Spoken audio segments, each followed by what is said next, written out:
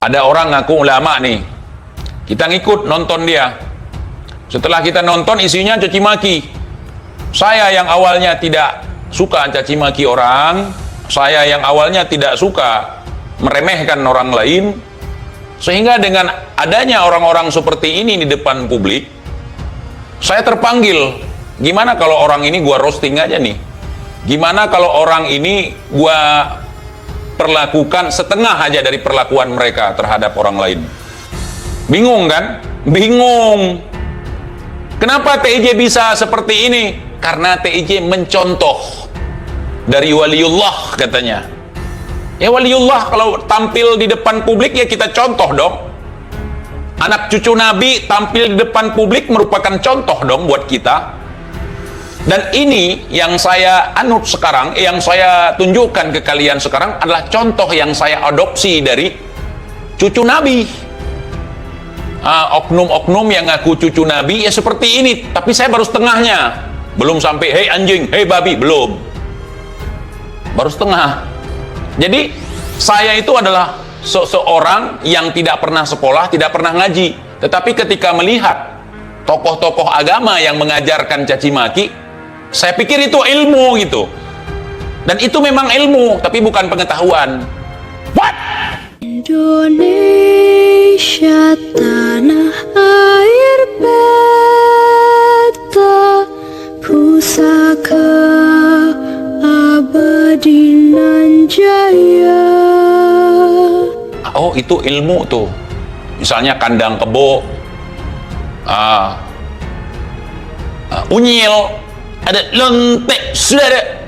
Selama ini saya itu kalau lihat lontek nggak pernah saya bilang ada lontek, saudara. Selama saya belum mampu untuk menyadarkan dia, saya nggak akan teriakkan itu ke dia. Saya tidak akan mengklaim, karena kalau saya ingin dia menjadi orang baik-baik, saya harus mengajak dia, saya harus ngomong sama dia, saya harus mensyiarkan ke dia. Kalau saya belum mensyiarkan ke dia, ngapain saya teriak-teriak? Apalagi saya nggak lihat dia lagi ngelonti atau tidak, ya kan? Maka dari itu, saudara, ketika saya melihat orang-orang ngaku cucu Nabi pakai sorban, ya kan? Dulu saya pikir gini, yang pakai sorban nggak semuanya Muslim, saya pikir. Orang-orang India tuh, yang dari Sikh gitu, pakai sorban juga gitu kan? Saya pikir semua yang bersorban itu bukan Muslim gitu. Ternyata cucu Nabi kalau di Indonesia yang pakai sorban gitu, cucu Nabi. Dan saya tahu bahwa sorban itu adalah pakaian sunnah. Nah, pakaian sunnah, pakai imamah, pakai jubah, mulutnya kotor, caci maki, saudara. Oh, mungkin inilah cara amar ma'ruf nahi mungkar, saya pikir. Saya itu sempat kagum ke mereka, sempat kagum ke si Bahar, sempat kagum ke si Rizik, ya kan? Ini cara ceramah ya. Oh, saya ngikut.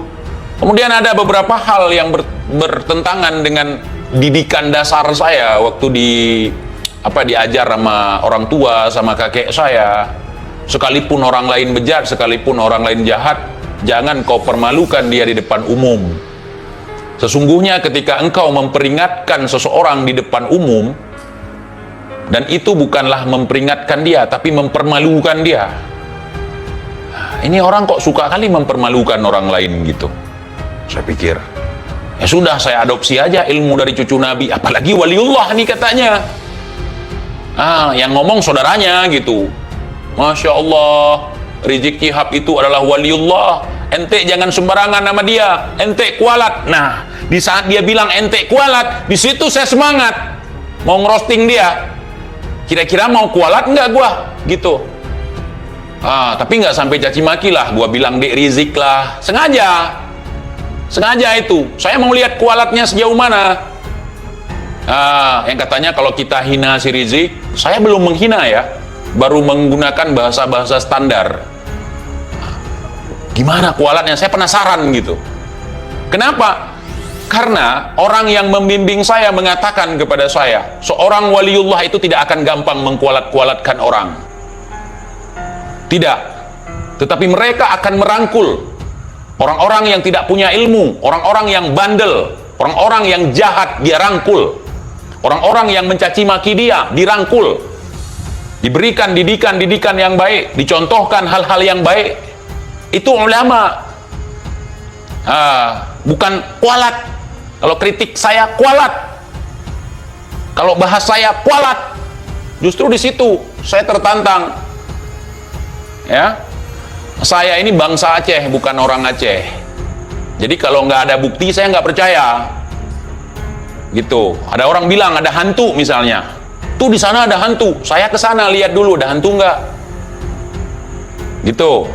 Rata-rata teman-teman di Indonesia pasti paham karakter seperti saya, dan kalian juga seperti itu rata-rata.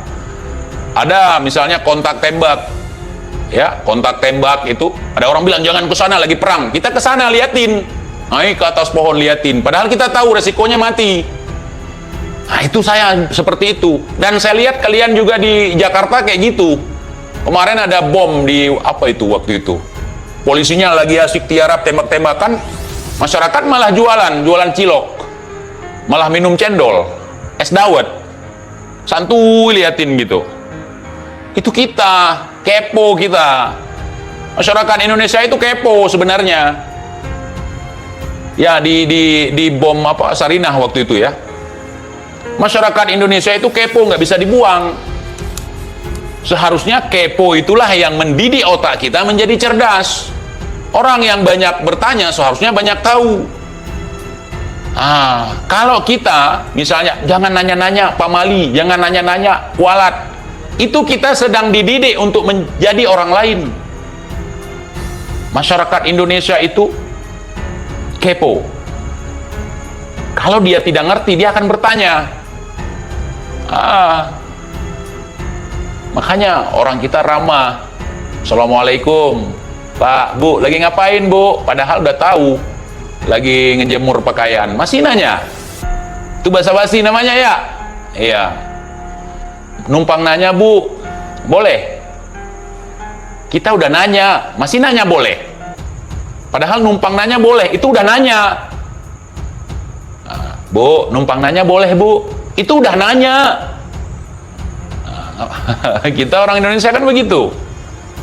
Tolong Pak, rumahnya si waliullah yang namanya Rizik mana, Bu?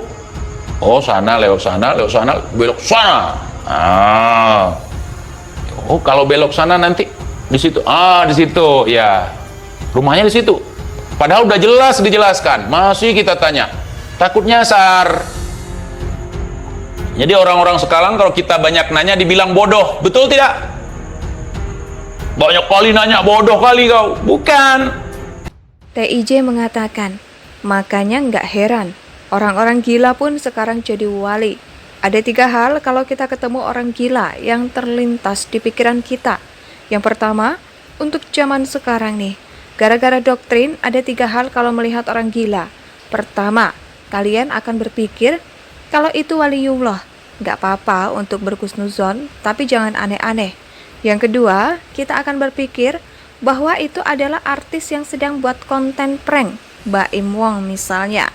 Yang ketiga, kita akan menganggap bahwa orang itu adalah intel yang sedang menyamar. Betul tidak? Ujar TIJ. Orang yang banyak nanya nggak ingin nanti silap, nggak ingin nanti kepleset, nggak ingin nanti salah, pinginnya pas gitu. Alhamdulillah. Jadi teman-teman dan sahabatku semuanya, kalau waliullah model Rizik Syihab, aduh, ampun gua. Bagaimana dengan ustadz-ustadz biasa? Bagaimana dengan santri? Bagaimana dengan guru-guru ngaji di kampung? Kalau waliullahnya model kayak gitu, caci maki, ngehina orang, caci maki, belum pun tabayun, udah fitnah, belajar di kandang kebo. Kalau kita bilang dia belajar di kandang onta, kira-kira marah nggak? Marah, saudara. Pasukan keputihan datang ke rumah kalian, ke rumah saya nggak berani. Indonesia sejak dulu kala